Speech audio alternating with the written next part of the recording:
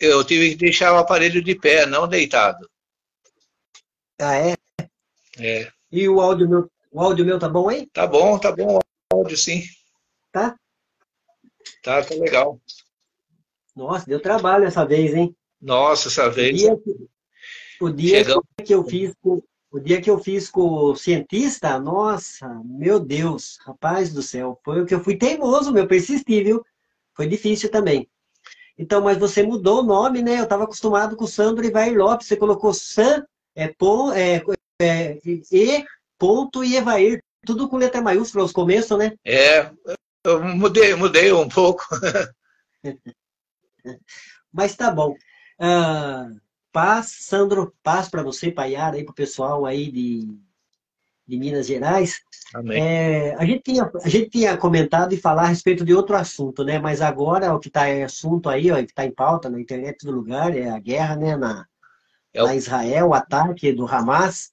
Então eu vou aproveitar você, que você é um teólogo, né? Mestre em teologia, a sua área é escatologia bíblica, e quem estuda a Bíblia sabe, escatologia principalmente, que Israel é o relógio profético do mundo, né? Então a gente tem que estar com os olhos atentos em Israel.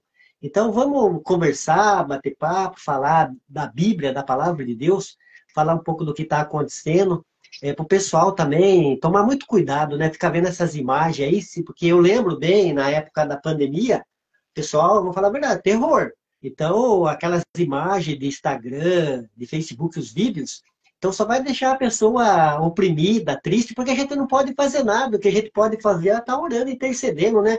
Eu estou com o texto aqui, você conhece bem, do Salmo 122, o versículo 6, que diz para a gente orar pela paz de Jerusalém. Então, o cristão que está longe, nós estamos aqui no Brasil, o que a gente pode fazer é isso, é orar, pedir para Deus ter misericórdia, né? Porque as mãos poderosas do Deus Todo-Poderoso, que Ele é soberano, Ele tá no controle de tudo, né?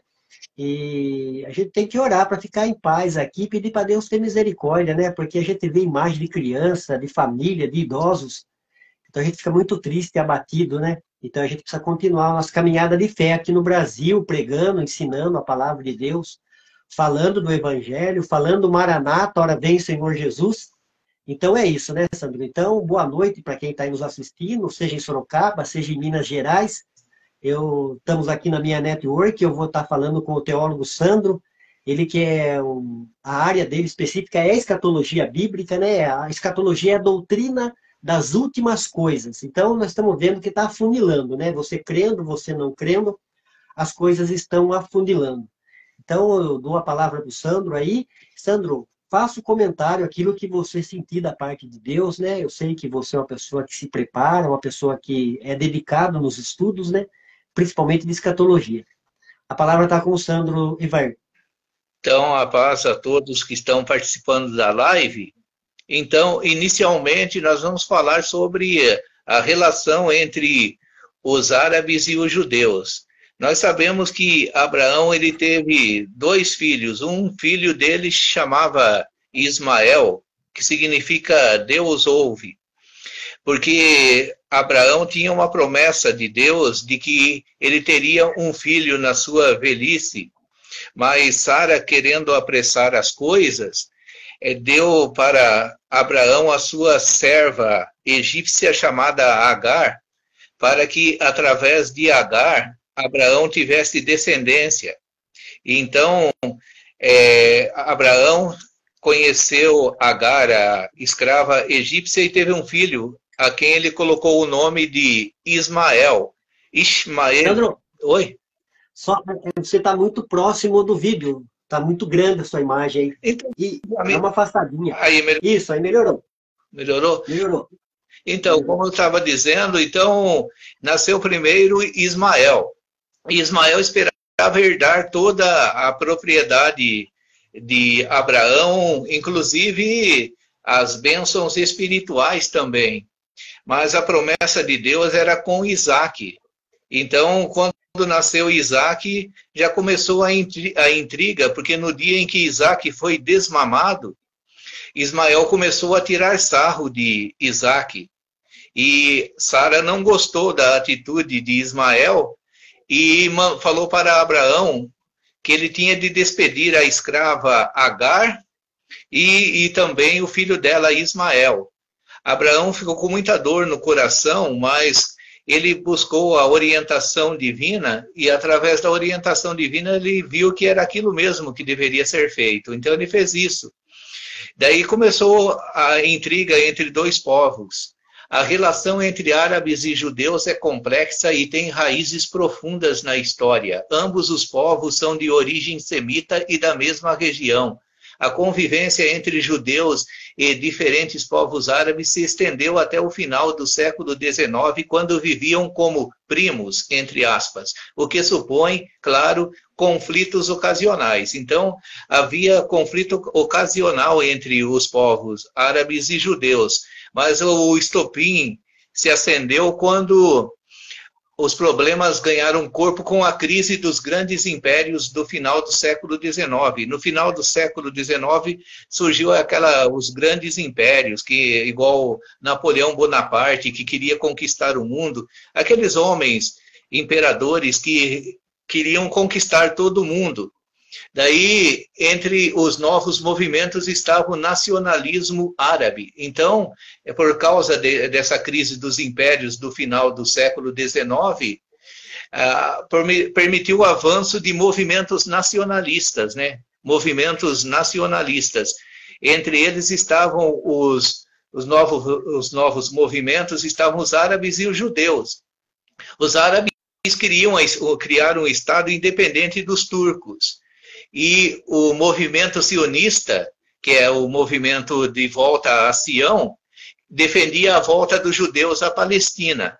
Daí começou a intriga. A Primeira Guerra Mundial, que foi em 1914 até 1918, selou o fim dos grandes impérios e redesenhou o mapa do Oriente Médio.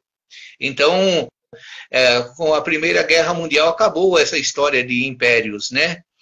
Daí, para conquistar o apoio dos árabes contra os turcos na Primeira Guerra Mundial, assim como o respaldo dos judeus nos impérios russo e austro-húngaro e também nos Estados Unidos, a Grã-Bretanha prometeu a mesma coisa para Israel e para os árabes, ou seja, um lugar para eles ficarem. Prometeu para os dois, né? E os nacionalistas árabes, quando a Grã-Bretanha arrumou um lugar para eles ficarem, já começou os ataques dos árabes contra os judeus, né? Porque os milionários judeus, eles compraram dos árabes terras para que Israel pudesse morar ali, né? Daí, quando Israel, terra legítima, foi comprada dos árabes, os árabes começaram a atacar Israel, já começou a guerra, né? E então, aqui os nacionalistas árabes lançavam ataques armados contra as novas comunidades judaicas. Essa questão do nacionalismo, né? Então eles não se contentaram de ter cada um ter a sua parte. E até hoje é assim, eles não querem repartir o território. Então a grande questão é não querer repartir o território.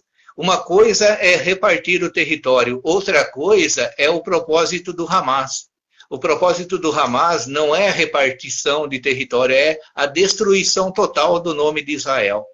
Então, o Hamas não quer saber de conversa de que Israel fique num lugar e a comunidade palestina no outro. O que eles querem mesmo é riscar Israel do mapa. Eles são antissemitas.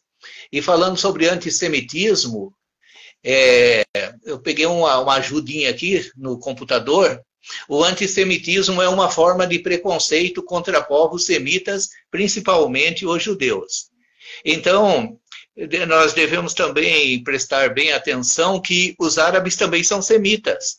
E que vem a ser semitas? Noé teve 3 filhos, Sem, Cã e Jafé. Os semitas são os descendentes de Sem. Então, os árabes também são descendentes de Sem, não só os judeus. Mas tem essa questão do ódio, esse ódio que existe contra Israel. Então, nem todos os árabes são inimigos de Israel. Nós não devemos imaginar assim que Israel está em intriga com todo quanto povo árabe existente na face da terra. Não é isso. É um grupo, existe um grupo nacionalista que não aceita o Estado de Israel, desde que foi formado. Desde que foi formado o Estado de Israel, eles não aceitaram. Nós sabemos que no final da Segunda Guerra Mundial, em 14 de maio de 1948, Israel se tornou nação novamente e o voto Minerva, o voto principal para que Israel voltasse a ser nação novamente, foi dado por um brasileiro chamado Oswaldo Aranha. Então, mas um dia depois de Israel estar ali na Terra Prometida novamente, no dia seguinte já começou a guerra. Já houve guerra, então eles não aceitam Israel ali de jeito nenhum. Só que o grupo Hamas é um grupo pequeno, mesmo que o Hezbollah, que é outro grupo terrorista também, que nós consideramos terroristas. Algumas nações, até mesmo o Brasil, ele parece que não tem uma ideia do Hamas como terrorista. O Brasil que eu falo é o nosso presidente, né? Mas nós cristãos sabemos que a atitude do Hamas ali foi atitude de terrorismo. O pai do Alok estava fazendo uma rave, né? Aquela festa rave. E só naquela festa rave foram mais de 260 pessoas mortas. Houve um massacre ali. Estava vendo no jornal hoje que uns jovens tentaram se esconder numa lata de lixo, num container de lixo, que estavam na rave, né? E quando eles entraram dentro do container, um dos terroristas lançou uma granada lá dentro, e quando eles saíram, né, já todos feridos, e acabou de matar com as armas. Então é isso, é ato terrorista, e incluindo sequestro de pessoas. As caminhonetes levando namoradas, e o namorado vendo, não podendo fazer nada, famílias sendo levadas. Então essa é uma questão muito difícil para Israel agora, esses reféns. O que vai ser desses reféns? A gente assistindo pela Globo News, a gente fica vendo a guerra ao vivo. E é triste. Eu não vou dizer que eu fico vendo aquilo lá como eu vejo um filme, como entretenimento. Não é como entretenimento, é com dor no coração. A gente vê ali desesperado aqueles barulhos de bombas, aquelas sirenes tocando, inclusive o convite para a reza islâmica, aquela voz que soa como um lamento, né? Convidando os povos islâmicos para a reza. A guerra, ela é um movimento de terror. A guerra nunca é justa. Então, embora nós cristãos não sejamos pacifistas, né? Pacifista é aquele que acha que não deve haver guerra sob hipótese nenhuma. Por exemplo, nós achamos que deve haver guerra, por exemplo, a guerra contra o tráfico, contra o crime. O cristão não deve ser contra essa guerra. E nem a guerra para tirar ditadores também. Então, sempre tem os efeitos colaterais. E o problema é que os efeitos colaterais, que envolvem crianças, velhos, mulheres, nós não vemos, nós escutamos os barulhos, vemos imagem ao longe, mas não sabemos o que está acontecendo ali in loco, no local. Mas muitas crianças estão sendo mortas, muitas pessoas que são consideradas civis. Na guerra existe uma lei de proteger os civis, mas essa lei só existe no papel, porque na prática não acontece. E como eu estava falando para você, o antissemitismo é uma forma de preconceito contra os povos semitas, principalmente os judeus. O termo é historicamente associado aos judeus devido à alta repercussão da perseguição aos judeus na Europa ao longo dos séculos XIX e XX. Os séculos XIX e XX foram séculos de perseguição aos judeus. Por exemplo, durante a Idade Média, a perseguição estava muito relacionada a questões de ordem religiosa. Então, na Idade Média, a perseguição estava relacionada com questões religiosas. Por exemplo, quando a igreja romana mandava, tinha aquela história de que os judeus eram teocidas, né? Que tinham matado Deus, porque eles participaram da crucificação de Jesus, né? Então, os judeus foram severamente perseguidos. Só Dom João II de Portugal, não sei, o terceiro de Portugal, um homem chamado com esse nome, ele matou 2 milhões de judeus nas fogueiras da Inquisição. Então, Israel sempre foi um povo perseguido, e é um povo guerreiro também. Não quer dizer que Israel não está matando, né, nesses bombardeios, vítimas civis. Não, na realidade, quem está perdendo nessa guerra são os povos civis, que já são um povo pobre. O povo ali da faixa de Gaza, aqueles refugiados, são um povo que recebem ajudas humanitárias. Muitas vezes, para conseguir um dinheiro a mais, eles vendem a própria ajuda que eles recebem. Então, é um povo que já está vivendo numa situação extremamente difícil. Agora, com Israel bloqueando a luz elétrica lá e as estradas sendo cercadas para que não vá alimento para aqueles povos, eles estão numa situação muito difícil.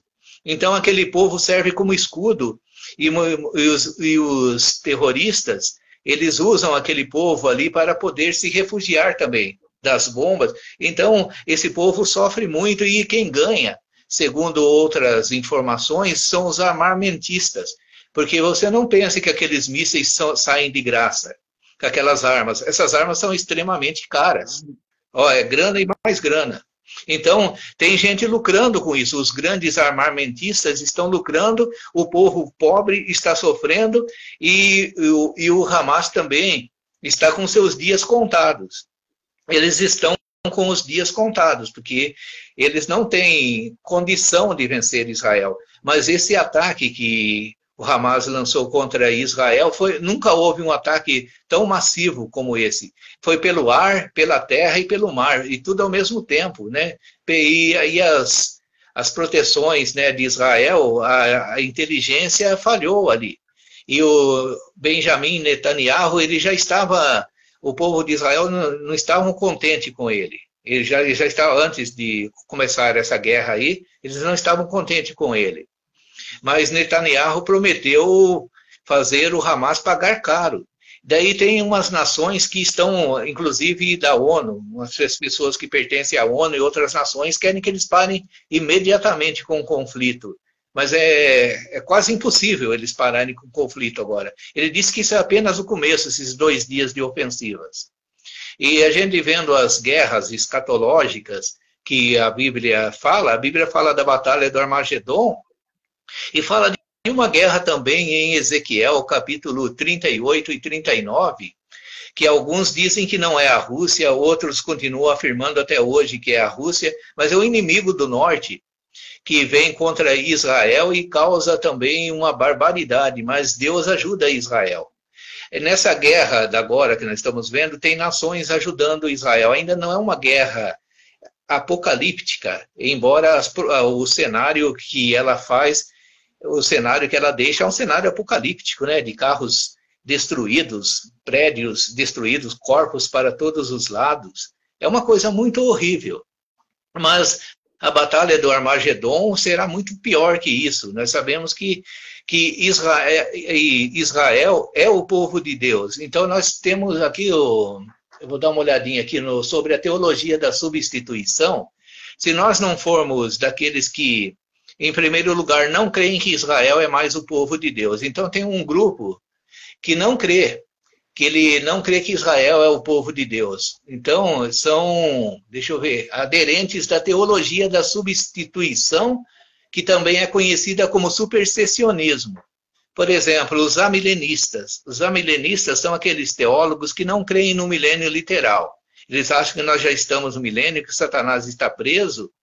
Esses são supersessionistas, ou seja, eles não acreditam que Israel é o povo de Deus. Eles dizem que Israel, porque rejeitou o Messias, a igreja tomou o lugar de Israel. Então, o novo Israel é a igreja. Israel é um povo como outro qualquer.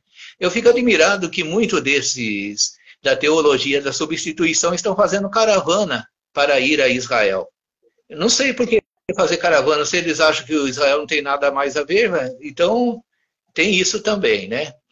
E essa teologia da substituição é uma interpretação cristã do Novo Testamento que vê a relação de Deus com os cristãos como sendo ou a substituição ou a realização da promessa feita aos judeus ou aos israelitas. Então eles dizem que todas as promessas que aparecem nos profetas, se cumpriram, agora são para a igreja e são interpretadas de forma espiritual, simbólicas, né? Então eles não creem nessa paz que Isaías capítulo 11 fala do cordeiro andar junto com o urso, aquela passagem messiânica que nós vemos ali, paradisíaca. Eles não creem naquilo ali, literalmente, eles interpretam aquilo lá como um símbolo da paz que Jesus traz. Então é sempre simbolizando, sempre espiritualizando, simbolizando as passagens proféticas. Então, para eles, Israel é como um povo qualquer. Então, eles não veem nada de especial em Israel. Israel deixou de ser povo de Deus quando rejeitou o Messias. A igreja é o povo de Deus, é o novo Israel. Então, eles dão até risada, essas pessoas que são supersessionistas, eles até riem da gente quando a gente começa a falar sobre milênio, sobre a importância de Israel, essas coisas, né? Então, para você ter uma ideia da questão do aliancismo, também é chamado de aliancismo, essa teologia que não dá importância para Israel. Então, o aliancismo tem aliancistas arminianos e aliancistas calvinistas, por incrível que pareça, como tem dispensacionalistas arminianos e dispensacionalistas calvinistas. O Marcos Granconato, ele é um calvinista de Dort. Ele mesmo fala do sínodo de Dort, porque ele crê que Israel é o povo de Deus. Então ele é dispensacionalista, mas ele é calvinista. Mas ele é dispensacionalista. Agora, outro, o bispo Melo, esqueci o nome dele, Hildo Melo, ele é arminiano aliancista. Então ele não crê em milênio literal, ele vê a igreja como substituindo Israel. Então temos, nos nossos dias aí que aparecem nos debates, vários supersessionistas e dispensacionalistas que ainda vê Israel como povo de Deus. Nós ficamos, creio que o Jefferson também está do lado dos que creem que Israel é um povo de Deus, que há dois programas divinos, um para a igreja e outro para Israel, que quando o tempo dos gentios se acabar, né? Porque agora nós estamos vivendo o tempo dos gentios. O que é o tempo dos gentios? É o tempo em que os não-judeus estão dominando. Embora Israel esteja na terra deles, eles não têm posse do templo. O templo, no lugar do templo está a mesquita de Omar, ou o Domo da Rocha. Eles não mandam, eles têm Israel como sua pátria e tudo, mas eles não mandam em toda Israel, né? Então Israel tem pelo menos 3 religiões convivendo ali. O judaísmo, o islamismo e o cristianismo. São as 3 grandes religiões monoteístas. E nós cremos que Israel começou, segundo alguns, com a chamada de Abraão.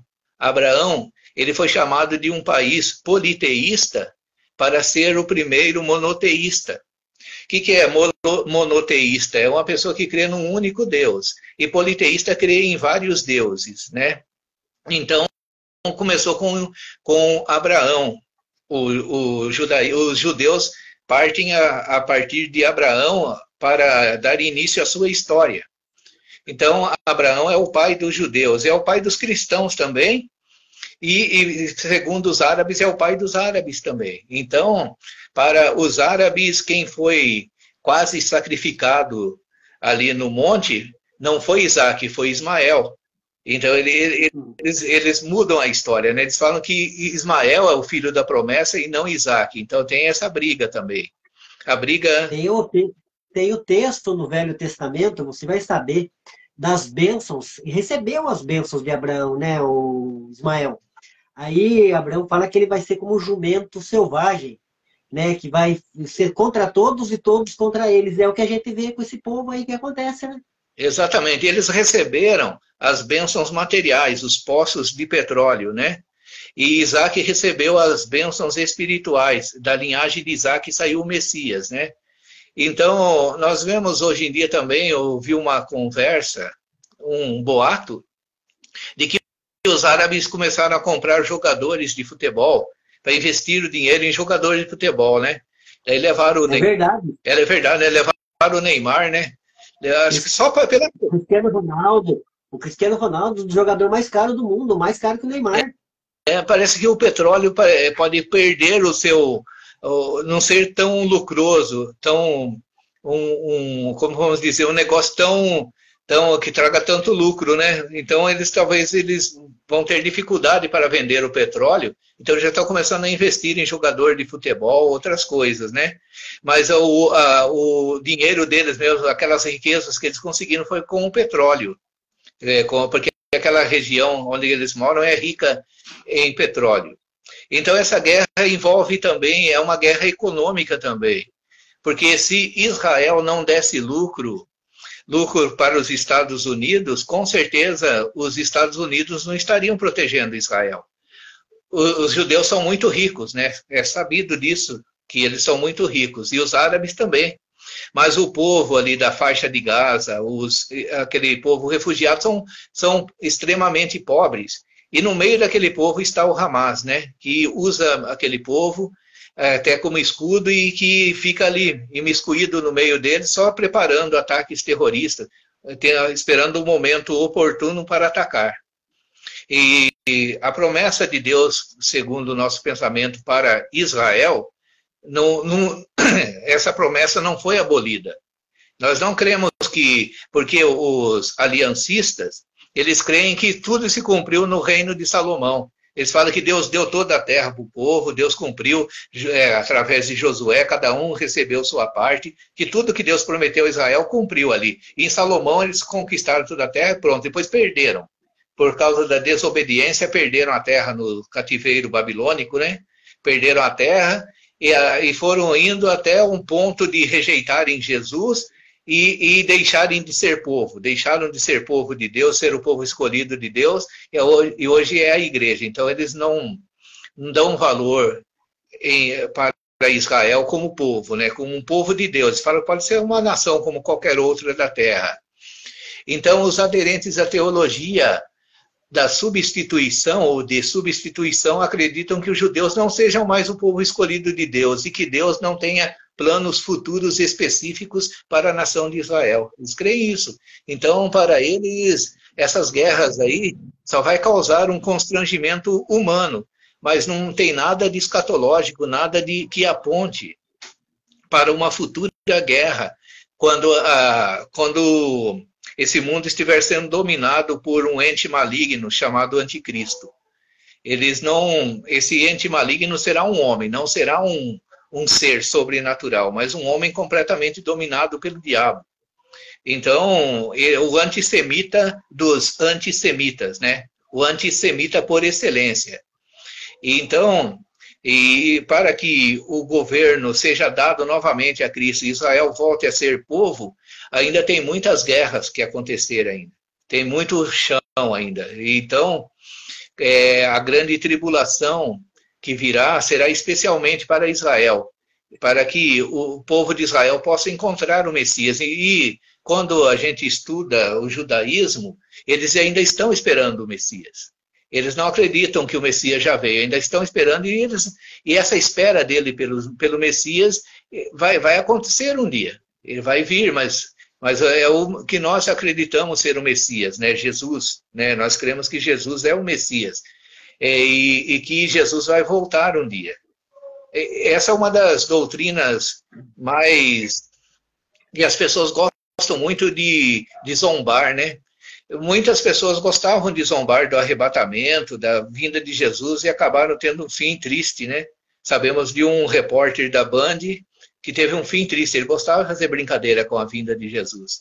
Ele teve um fim horrível, morreu num helicóptero pegando fogo, né? Então, não vou dizer o nome dele. E é isso. Então, são pessoas que acham que é uma piadinha, que é uma anedota falar da vinda de Jesus. Então, se nós cremos que a Bíblia é a palavra de Deus, se nós cremos que Jesus veio um dia, morreu e ressuscitou, ascendeu ao céu, nós cremos também que ele há de vir, ele há de voltar, e que haverá um reino de Jesus antes da eternidade. Haverá um reino de Jesus que Israel reinará com o seu Messias, que vai aceitar a Jesus como Messias novamente. Mas isso só depois de uma grande catástrofe, né? No final da grande tribulação, quando já estiver estourada a guerra do Armagedon, a batalha do Armagedon. Então, para nós, essas guerras, o Israel continua sendo o relógio profético de Deus, anunciando o fim. Por isso que Jesus falou, olhai para a figueira e para todas as árvores, né? A figueira é um símbolo de Israel, e as outras árvores é as nações. Então, Jesus falou que haveria guerras e rumores de guerras, ainda não seria o fim. Tremores de terra, o aquecimento solar, né, o aquecimento global. Esses dias tivemos um calor aí que foi fora do comum. Um dos homens lá, dos que são líderes, né, líderes nacionais, que falam sobre o tempo, sobre o clima, ele falou que nós abrimos os portões do inferno. Ele falou esses dias, né? O general lá do exército de Israel, lá, eu vi isso daí. Viu, né? Você viu? Então é isso. Ó, só nessa semana nós tivemos uns acontecimentos críticos. Eu tenho procurado não viver como aquele animal que esconde a cabeça, que esconde a cabeça na areia. Avestruz. Não adianta a gente ter síndrome de avestruz. Muitos cristãos, ele tem síndrome de avestruz. E tem uns que são sádicos. Existem pessoas que gostam de notícias que são sádicos. Eles adoram ver aqueles programas só de sanguinários, só falando de morte, né? E tem uns que já são avestruzes, escondem a cabeça, não quer saber de nada. Mas a gente vendo as notícias pela televisão da guerra lá no Rio de Janeiro, de traficantes contra aqueles militares lá que deixam de ser militares, né? Fugiu o nome, tão conhecido que acabou até fugindo o nome no momento, os milicianos. Então, você viu, os médicos estavam ali tomando uma cerveja ali, se preparando para um congresso, porque um deles era parecido com um miliciano, chegaram, metralharam todo mundo lá, uma coisa muito triste, e daqui a pouco os caras que cometeram um crime também, que foram suspeitos, apareceram mortos. Tudo isso a gente vai vendo na nossa semana, né? Essa semana não foi fácil, a semana que passou. Depois de a gente ter passado um calor aí, quase viramos churrascos humanos, né? E não foi fácil. E daí... O Rio Grande do Sul também, viu? O Rio Grande do Sul e a Santa Catarina também estão sofrendo muito, com muitas enchentes. Exatamente. Jesus falou sobre isso, sobre essas inundações que haveriam por causa do rugido do mar e das ondas. Aquela região dos gelos lá, que tem aquelas calotas, né? Acho que é... Antártida. Os icebergs ali, aqueles grandes blocos de gelo começam a derreter lá, por causa do aquecimento global, e os rios começam a se encher. Daí existem os fenômenos, o Ninho, Laninha, que a turma coloca esses nomes aí, e mudam totalmente o tempo. Daí, na primavera, começa a fazer frio. No inverno faz calor. O tempo fica totalmente mudado. Então, o homem destruindo a terra, as guerras. Então, dá para a gente seguir a teologia da prosperidade e achar que esse mundo é um paraíso? Que Deus prometeu um paraíso para nós, esse mundo? Pelo que nós estamos... É difícil, nós estamos num campo de guerra. O mundo, na realidade, jaz no maligno, né? A palavra de Deus diz que esse mundo jaz no maligno. Não adianta a pessoa deve conseguir as coisas, deve trabalhar, deve viver normalmente, mas nunca pensando que aqui é o local de descanso, aqui é o paraíso, aqui não é o paraíso. Porque Miqueias falou, levantai-vos e andai, porque não será aqui o vosso descanso, por causa da corrupção que destrói, sim, que destrói grandemente. Se não me engano, está em Miqueias, capítulo 2, versículo 10. Então, essa terra que nós estamos vivendo, esse planeta, não é um local de descanso, não é um paraíso. E a qualquer momento, a gente pode estar sossegado, assistindo a televisão, lendo um livro, conversando com amigos, de repente pode cair uma bomba na cabeça da gente. Quem que está livre disso? O próprio campo magnético da Terra, que protege a Terra, ele na América do Sul está tendo um desgaste. Outro dia, ano passado, o aeroporto de Guarulhos ele foi totalmente repintado por causa do campo magnético. Eles abafam, né? A mídia maior abafa para não dar desespero na população, mas o campo magnético já está com vários problemas aí. Exatamente. E nessa guerra, voltando ao conflito árabe-israelense, eles não estão usando armas nucleares, né? Exato. Mas os repórteres falaram que Israel é uma potência nuclear. Eles ninguém não usaram arma nuclear. Eu não sei se é a quarta ou a quinta. Ela está em quarta ou quinta de potência nuclear no mundo. E é o tamanho de Israel. Você vê. Comparado a essas nações, né? Você viu aquele lugar que está vendo o conflito lá? Ele pega uma parte do Rio de Janeiro. Lá fizeram uma comparação muito pequena, né? Para ter tanta gente daquele jeito. E é muita gente num local pequeno. É uma superpopulação num local pequeno. E como eu estava dizendo para você, as nações armamentistas, elas têm condições de destruir o mundo, pelo menos uma vez, eu ouvi pelo menos 40 vezes.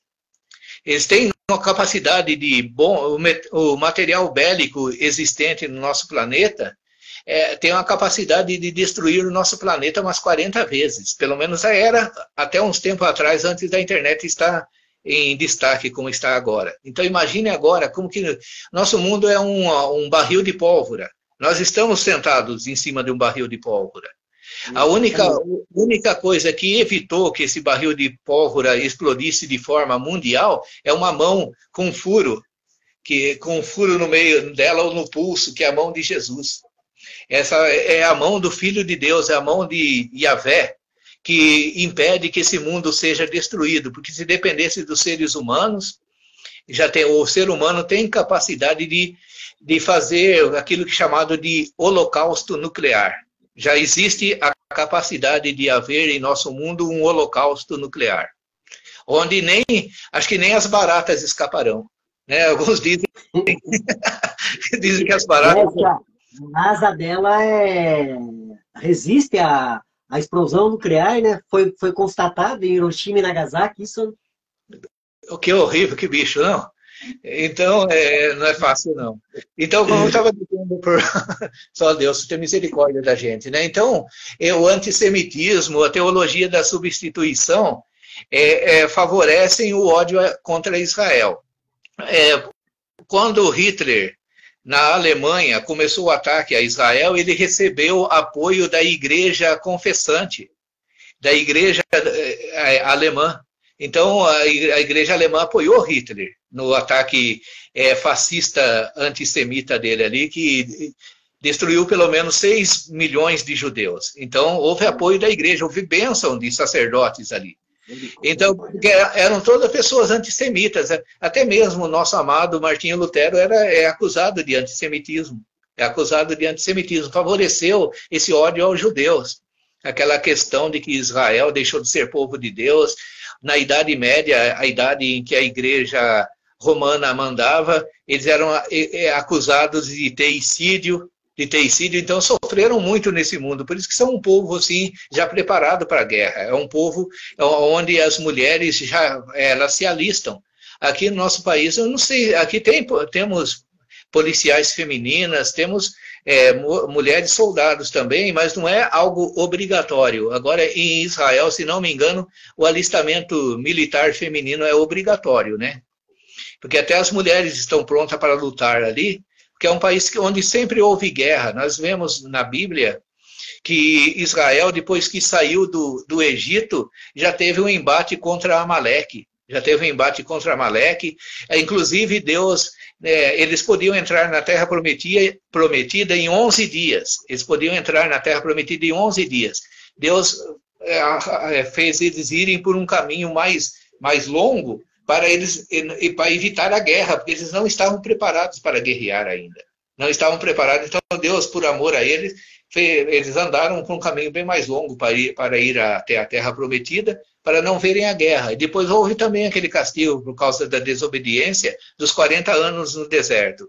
Então, e é um povo extremamente inteligente, né? Eles constroem mísseis que são anti-ataques aéreos, né? São mísseis que quando um míssil vem vindo sobre a cidade, aquele míssil já sai e já intercepta no ar, já destrói. Então, bateria antiaérea. E se não me engano, pelo que eu tenho visto nesses dias aqui, essas baterias foi criada por Israel. Eles são especialistas em criar defesa, né? Só que o repórter falou, agora quando chega uma pessoa com uma metralhadora, com uma granada, com um fuzil, a uns 2 metros de distância, 1 metro, daí não é, até agora não teve uma bateria, alguma coisa que pudesse evitar esse ataque. Foi o que o Hamas fez, né? Eles chegaram atacando por terra também, de uma forma que... E daí estão acusando também a inteligência de ter deixado vazar, né? De ter deixado... Mas nós sabemos que quando tem de acontecer alguma coisa, acontece. O ser humano não é infalível, nem na segurança, né? Não existe segurança infalível. As maiores prisões do mundo, teve pessoas que fugiram delas, né? A gente assistiu o Papillon, que fugiu daquela prisão lá na Guiana Francesa. Alcatraz, não é? Não, depois Alcatraz foi outro, que fugiu também da prisão de Alcatraz. Então, alguns fogem de prisão de segurança máxima. Então, não existe um local totalmente seguro nesse mundo.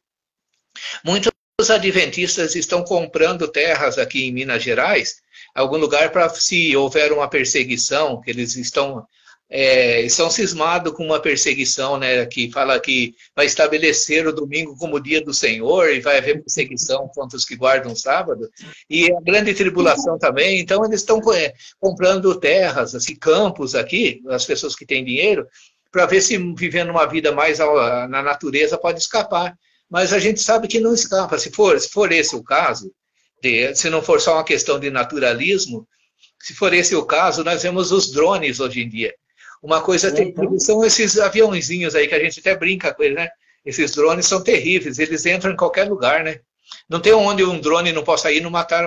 E sem falar nos aviões não tripulados, né? Tem nas pequenas naves não tripuladas, só guiadas. Uma pessoa de um país pode mandar matar outra pessoa no outro país, com um drone, com uma espaçonave sem piloto.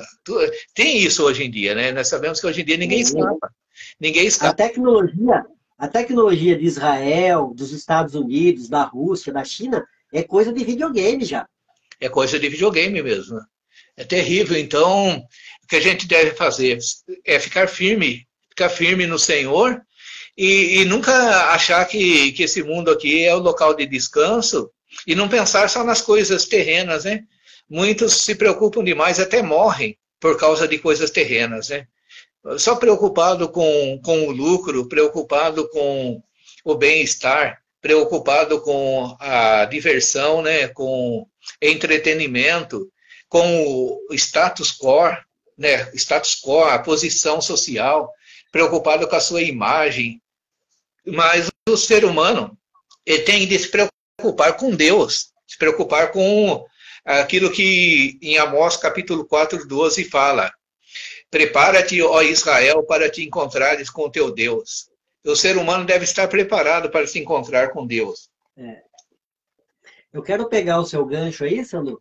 Então, essa semana, você sabe, né, eu tenho falado aqui, e tá aí na internet, né, sábado, dia 14, vai acontecer um eclipse lunar completo. Já vi. E do Brasil vai dar para ver, eu acho que no Amazonas, em São Luís do Maranhão, vai dar para ver quase que 100%. No estado de São Paulo, eu acredito que vai dar para ver metade, mas vai dar para ver. Então, o Espírito Santo tem falado no meu coração a respeito de sinais. Então, sinais no céu e agora essa guerra aí, sinais na terra. Então, a gente sabe, né? Claro que tem toda a mídia, tem todo esse pessoal aí que gosta de sensacionalismo escatológico, que já vai falar que Jesus está voltando. Jesus vai voltar. A gente não sabe. Então, eu estou com um texto aqui, 2 Pedro, capítulo 3, você deve conhecer. E estava falando, que você falou aí no começo, dessas pessoas que falavam, Jesus está tardando, né? Faz 2000 anos que está a volta de Jesus, né? A primeira igreja do primeiro século já pregava a volta de Jesus. Mas eu quero deixar um texto para o pessoal que está nos acompanhando aí. Eu vou dar a minha palavra agora, depois você também dá a sua palavra para encerrar. 2 Pedro, capítulo 3, versículo 8, que diz assim: mas vós, amados, não ignoreis uma coisa. Um dia para o Senhor é como 1000 anos, e 1000 anos é como um dia para você. Que está aí que fica falando que Jesus está demorando, a igreja fala uma coisa, é balela. Não é balela. Para nós que somos crentes em Cristo Jesus e acreditamos na Bíblia como palavra de Deus, o arrebatamento da igreja é uma promessa profética do próprio Senhor Jesus, dos anjos que subiu o assunto com ele aos céus, nós aguardamos. Mas tem toda essa história, essa narrativa, nós estamos vendo aí, tudo para colaborar para essa história linear que vai acontecer, né? Então, com narrativas, com acontecimentos ruins, né, na perspectiva, o teólogo falou aí que vai acontecer muita coisa e vai. Não tem como a gente ficar profetizando, falando, ó, vai melhorar isso, vai melhorar aquilo. Para o mundo, para as coisas do mundo, não vai melhorar. As coisas vão afunilar para acontecer o quê? Um homem aparecer aí, o chamado anticristo, e as coisas começarem a acontecer. Então, a gente que é crente, que prega a palavra, que tem coerência, consistência na vida da gente, procura levar um cristianismo equilibrado, falar para a família, falar para as pessoas. Então, a gente deixa essa palavra aqui de 2 Pedro, capítulo 3, versículo 8. Então, Deus, ele é atemporal, Deus está na eternidade. Deus não recebe a influência do tempo como nós, né, Sandro? Mas a promessa da volta de Cristo é um fato, é um acontecimento, é o maior acontecimento que vai acontecer no globo terrestre. Amém. Então, Maran Atá, palavra aramaica que significa o Senhor vem, ora vem, Senhor Jesus. Terminamos com isso. Deus abençoe você, Deus abençoe também os que nos acompanharam.